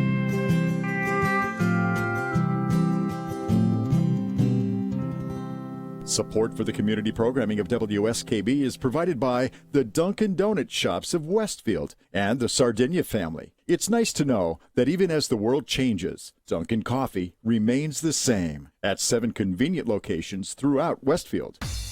It's Tuesday morning from 6 till 8. Wow, it's Tuesday with Bob Plass. Community Radio 89.5 WSKB. Live from Studio 120 at Westfield Technical Academy, this is WCPC Channel 15 and 89.5 FM, WSKB Westfield. And this is J-Pac Luca, along with Pete Coles on the other side of the board and singer-songwriter Jon Berman from the Hilltowns here in western Massachusetts. Hey, that John, was John. I got a question for you. Yes, How sir. long were you with Changes in Latitude? So I was on for an initial 5-year run that I think ended in, it must have been 2014 or 15, because I was in grad school, and there was just too much going on for me to be able to do both. And then after I was finished with that, I started playing with them again, and I would do about 7 to 10 shows a year with them, and then this past year I picked up a full schedule with them again. So you know my buddy Jeff Wadhams then? I do know Jeff. Yeah. I met him doing two-way radio stuff, and I didn't realize Right how, on, yeah. how My talented dad him. is into that too. Yeah, the ham radio and all that. Yep. Yeah, Jeff does that. Yep. That's his real job. And I didn't Yeah, realize how for sure. talented a musician he was until I saw him with Changes doing a show at Toccoa a couple of years ago. Oh, right on. Yep. It's amazing. You know people from their real jobs or friends or something, and then you don't realize the stuff that they do, on the side, and you realize that, holy cow, there's a hidden talent there I never knew about. Of course, the rest of the people who follow the Jon Bermans of the world, he's great, and they only know you from that part of the world, and from that what you do. Now, when we announced our lineup for WestfieldConcerts.com downtown, we had In Excess was one of the first bands we had committed to, or not In Excess, but Kick, the In Excess Experience, which is a tribute band. One of the first people I heard from was a note from you going, "How can I open for them?" So, and we really appreciate the enthusiasm, but I love In Excess, but why? What drew you? What says I want to do that? Yeah, man. Well, first of all, I thought just Gaslight Entertainment got my eye. I'm like, oh, someone finally did that. Because I had thought of doing something like that, I don't know, it was probably 10 years ago when I was trying to figure out what to do when I grew up. And I still haven't grown up. And I haven't grown up either, so that's fine. You know what I know. You guys are both Toys R Us kids. Oh, for sure. And so, when I looked into it and started, all right, where are they doing? Oh, okay, yep, the Westfield Women's Club, yep, they've got a theater there, yep. And started looking into it. I was like, I've got to reach out. I want to be a part of this because I want to help this whole situation grow. This is the kind of thing that we really need to do in every small community in the United States. It's not even just a Westfield thing. And, In Excess, everybody, there's a song of In Excess that everybody must know. Even if you don't like everything they do, there's always going to be a song out there that everybody likes, and something's going to, oh, yeah, actually, I really like that tune. And that's a band that I always thought was cool because they were a bunch of skateboarders from Australia, and number one, and they were another band that when I was growing up, all of a sudden they had Devil Inside came out, and everybody was like, wow, that's a pretty cool and and then in addition to that, they had a guy that played saxophone in the band, and so at the time as a saxophone, I was like, oh yeah, love those guys, but now it was just a really cool thing I thought was going on. I was like, all right, who's running this? And I started reaching out to people, and there we go. Well, I'm glad you did, and and we appreciate your support of what we're trying to do here. This is certainly a challenge, and a lot of the challenge is getting the word out. So to those that are listening to us this morning, if you go out to WestfieldConcerts.com, we have the core business is Gaslight Entertainment. But you go out to Gaslight Entertainment in Facebook, in Facebook land, as it were. Share that. Get people involved. Let them know what we're doing. We've got some specials that have just been launched too to save you a few bucks on tickets if you want to get to multiple shows out here. I think I'm giving that as a Christmas gift, actually. Yeah, for my mom. That's great. So we're really looking forward to getting a lot more people to come out and see our shows. I'd love to sell out the women's club every time we do one of these shows. We've got room for 250 people. In fact, we can take the chairs out downstairs and fit almost 300 standing up down there, which is probably what we're going to do for the NXS show. It lends itself to that kind of an audience that wants to stand and jump up and down, and we're selling beer and wine downstairs, so you can obviously bring that upstairs, but don't jump up and down with it because you don't. Yes, don't make a mess. I don't want to spill it. Don't spill your beer, man. So. Back to Jon, and we're talking to Jon Berman, who will be opening for Kick, the NXS experience, on Friday, January 10th, right here in Westfield. Jon, what are some of your favorite shows that you've done? Favorite venues? What's some of the favorite stuff you've done recently? Sure. You know what? There's so many. For me, I like, with Changes in Latitudes and with some other acts, I've been able to go and play venues that, you look at on the wall and see who's played there, and you're like, wow, I get to go and play on that stage. That's pretty cool. And that, so when I was younger, that was one of those cool things where every time you would go to the Haunt in Ithaca, you knew which monitor was the one that Eddie Vedder from Pearl Jam's boot was on. It was kind of marked up, and you could see it in the pictures and everything. And you're like, oh, wow, this is cool. There's a theater in New Jersey. I can't remember the town of it off the top of my head. It's a small city, and I can't think of it right now. I could go back and look at my shows. And the night before we were there, Lyle Lovett was there, and he's one of my favorites, and just all the famous people that had been on that stage.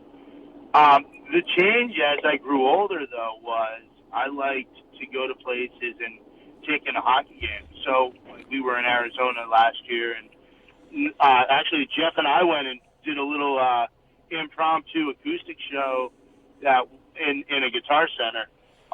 We had some time, and so we went over to Guitar Center and picked up a couple of guitars and started playing for people, and we did a little show out there.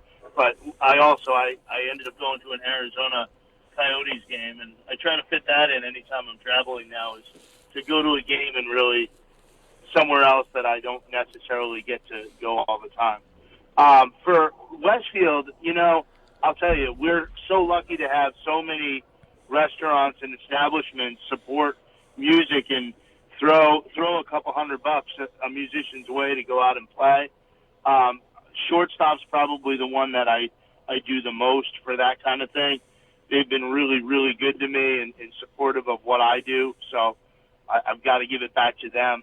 And they've been really good with local music in general too, Jon. I mean, they do a ton with a lot of local artists, so that's a great spot, especially in the summertime. Absolutely, they did a really great job with their patio. And in addition to that, I have to tell you, Jay, when we did that Granger Smith show that you put me on in Westfield downtown there, that was killer. I mean, he had a #1 hit that came out about 2 months before that show. Obviously none of us knew that was going to happen, but all of a sudden he went from, hey, there's this country guy that this radio station wants to promote, to, hey, we've got this guy that's huge. All of a sudden that changed the dynamic of everything, and that was really cool to go and hang with him for a little bit before the show, and be able to really talk with him, and having someone else that's kind of done a lot of very great things. He's a really smart business guy, and his organization was really good, so that was cool. And then I also have to say, Aaron Lewis has been so good to me and put me on a lot of shows that I didn't necessarily ever earn the way to be on, I would say, but he's just been really good to me. I think we're all lucky that we've been involved with so many great people. My time with Westfield on weekends was one of my favorites, helping to organize the events, including those big concerts on the green here in town. It's just a hoot to be able to do all of that, and and the fact that so many people get together, all volunteering their time, and many throwing money at these events, their own money to help make them happen. Certainly, their time and efforts. That's what makes all of the local music scenes great. Earlier in our conversation, you mentioned you worked with or worked with a ska band. Which is really kind of an interesting cross between reggae and what I used to call punk music, right? Yeah, for sure. Now, at least that second wave, yeah. Yeah. Sure. Now I've actually got a ska band called El Grande coming down from Portland, Maine, they're coming in March. I think Saturday the 14th. What drew you to that genre?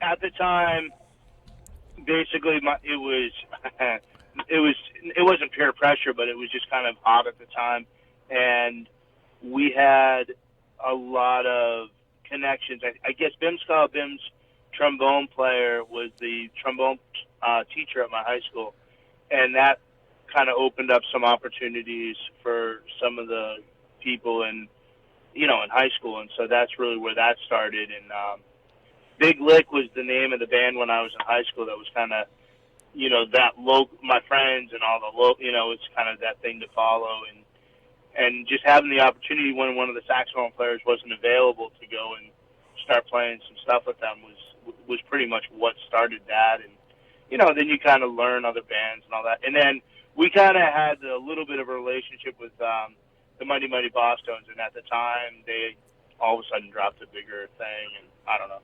And I guess it wasn't we as much as they, and I was just lucky enough to tag along. Well, yeah, I think we're all lucky to be able to say, we've worked with or helped these particular bands here and there, or just to say we helped to put the show together. And my side of it is the background. I've got no talent. I can't sing. I can't play an instrument. So let me work behind the scenes and hopefully help you guys be seen and heard better. That's so. You know what?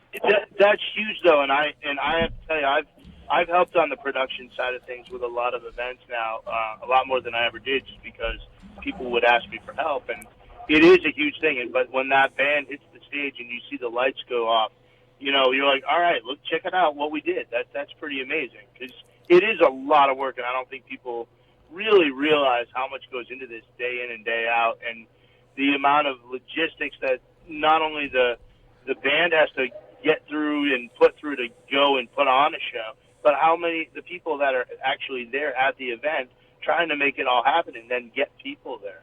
Hey, listen, yeah. I'm at work. I need to actually. I'm sorry to cut this off, but I've actually have a world that I have to go join. All right, Jon Berman, thank you very much. We're going to play a couple more songs from your recent albums. Jon, thank you for joining us this morning. And thank you, Jay. Thank you, Peter. Can't wait to see everybody. Always great time, man. Thank you. John's going to be opening for our June 10th show at the Women's Club. Kick the In Excess Experience. For more information there, go to westfieldconcerts.com. What have we got up next for a Jon I think Berman we should play song? some Hilltown folk. Let's make it happen. This is Jay Pagluca, Pete Coles, and this is Jon Berman.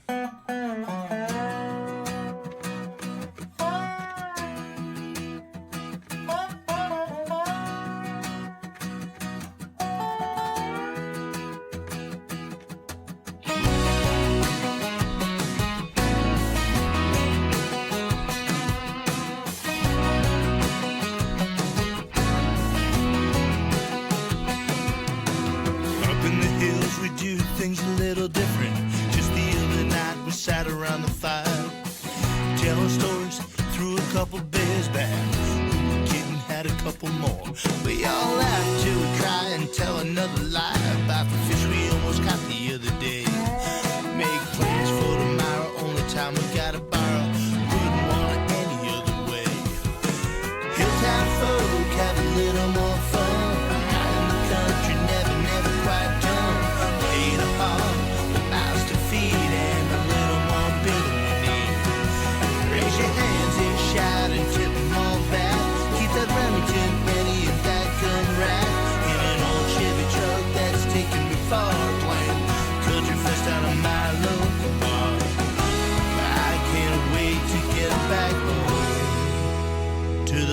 Hilltown folk.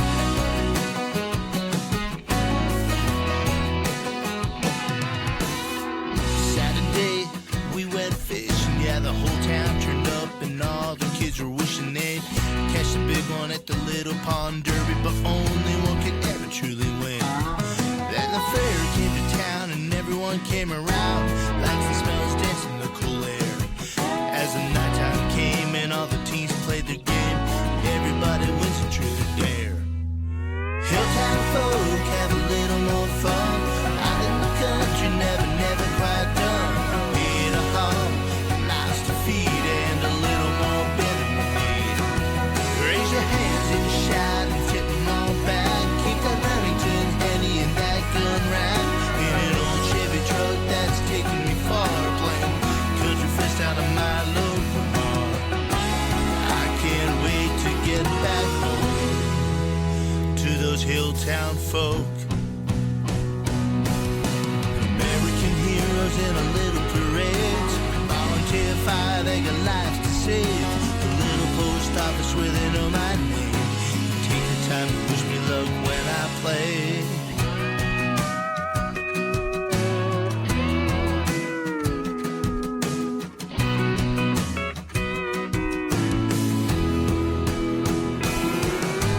Hilltown folk have a little more fun. Out in the country, never quite done. Hit a haul and miles to feed, and a little more beer than we need. Raise your hands and shout and tip them all back. Keep that Remington handy and that gun rack. In an old Chevy truck that's taking me far, playing country fest out of my local bar. Hilltown folk have a little more fun. Out in the country, never quite done. Hit a haul with miles to feed, and a little more beer than we need. Raise your hands and shout and tip them all back. Keep that Remington handy and that gun rack. In an old Chevy truck that's taking me far, playing country fest out of my local bar. I can't wait to get back home. I can't wait to get back home to those Hilltown folk.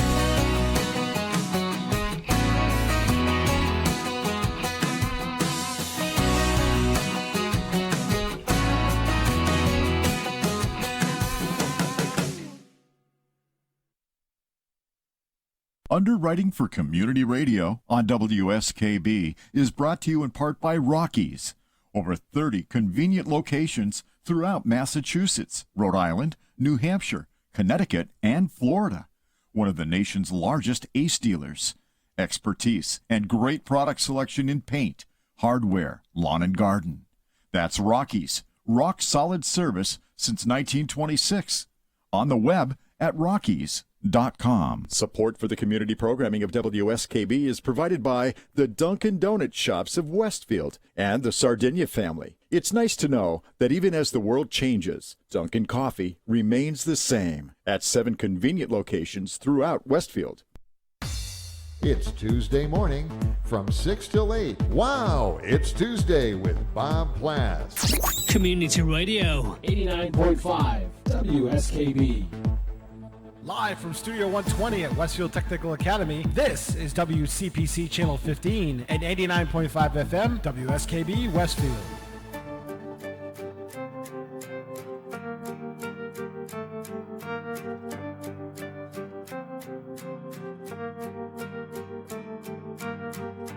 I thought of you falling into your movie too. Every time we talk, I feel that tiny spark.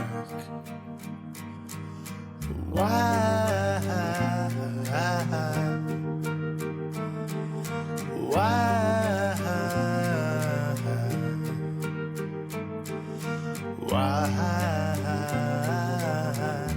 Can't we fall apart? I wish that we could fall apart.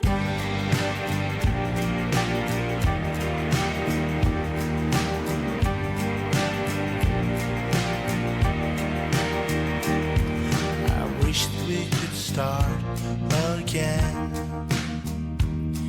and draw out life with your pen. I would draw a boat to cross your moat again. I would draw my way to your heart and know that one day we'll part. It might be sad, but that's why we have art.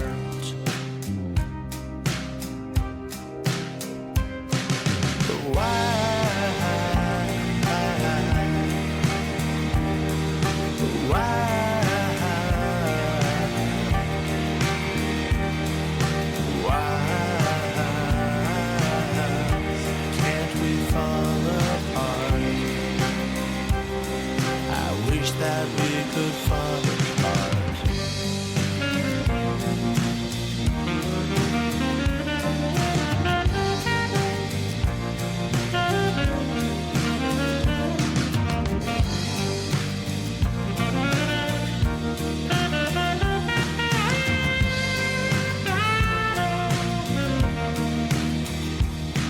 A piece of me wants to be with you. A piece of me wants to leave. A piece of me is you, and a piece of you is me. Why?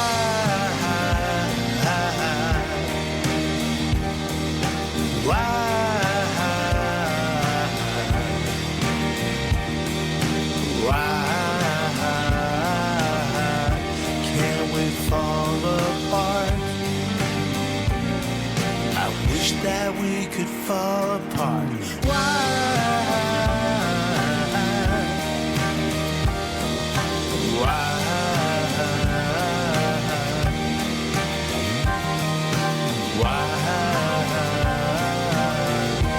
Can't we fall apart?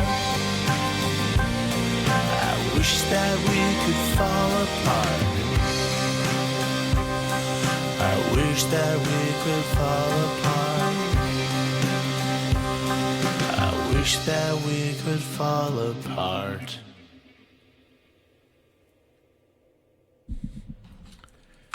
Sorry, it came to an abrupt end. I was going to run another break, but we got like a couple minutes left to go. So, well, that was I'm like, Jon we might as well Berman. just run it to the end. We want to thank Jon Berman for joining us on air. John's going to be opening for Kick, the In Excess Experience, on January 10th. Right here at the Women's Club. It's just a little more than a month away. Tickets are on sale now at westfieldconcerts.com, so go check it out. In fact, there's some great specials that have just launched, so you can go out there and check those out. I'm in for those. I'm giving those as Christmas gifts. In fact, if a little bit of a hint right now, if you go out there and you click on that one little thing that says, 4 shows for something. I think it's $79. You need a code to get into that. You need that magic promo code to get past the firewall, as it were. Yes, sure. Yeah. Pick 4, PIC4. That's the magic code. And then the whole world opens up to you and specials and neat things.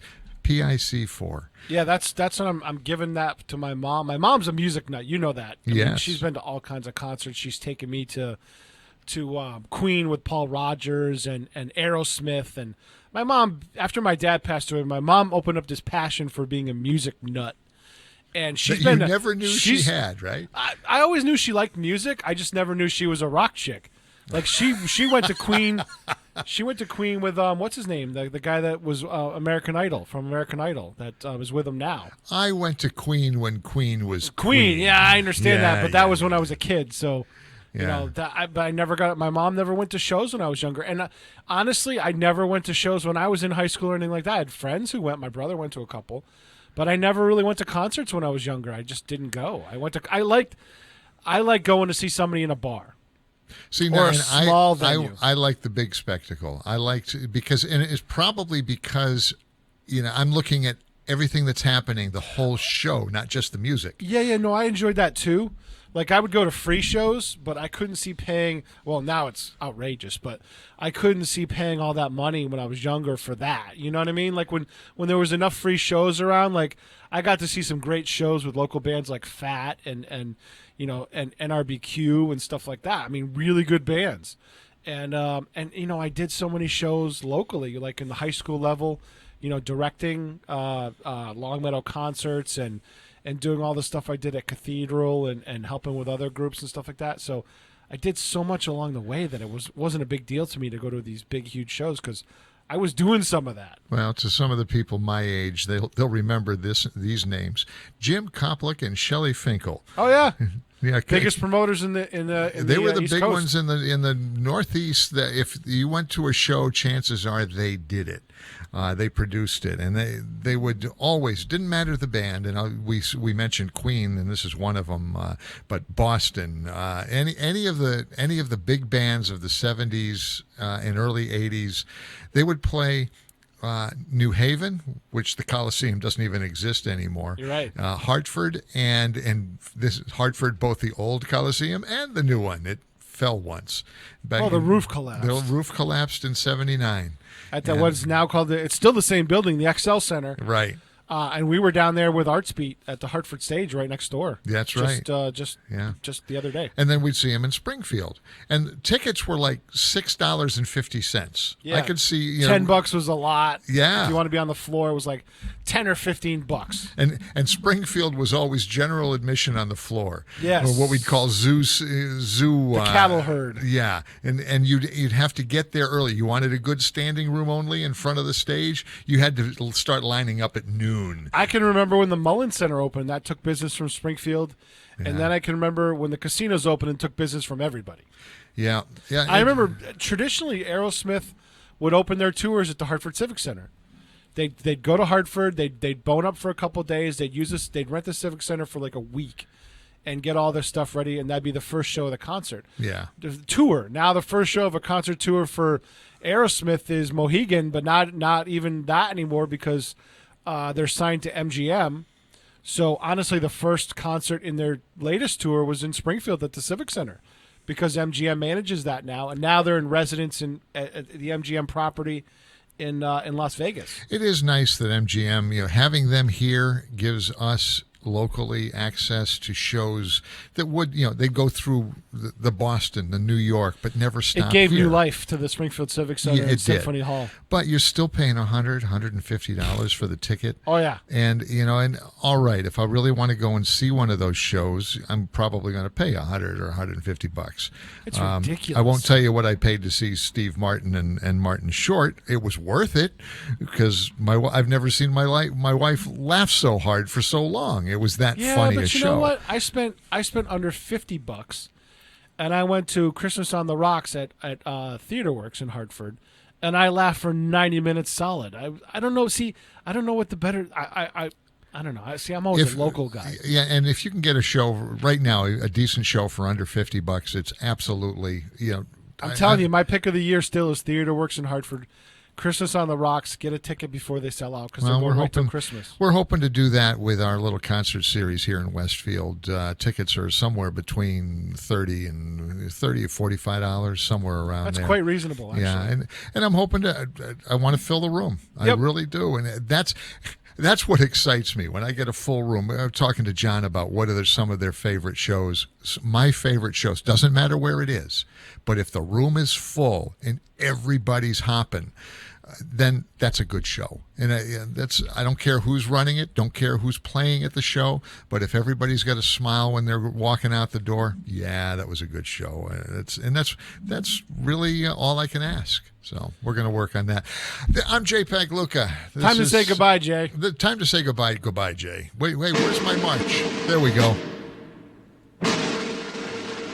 This is Jay. What's that? What's that? I don't know. This is Jay Pagluca. Well, that's all right. We do the Scottish Festival in July every year. Third Saturday in July. Don't know what the date's going to be, but put that on your calendar for next year. We'll be at, up in Look Park. Yeah, we'll be up in Look Park. We take advantage of every accident here on the stage. All right, Hard Sweet Radio's next. That's Pete Coles on the other side of the board. Have a great weekend. Get out and see some live music, folks.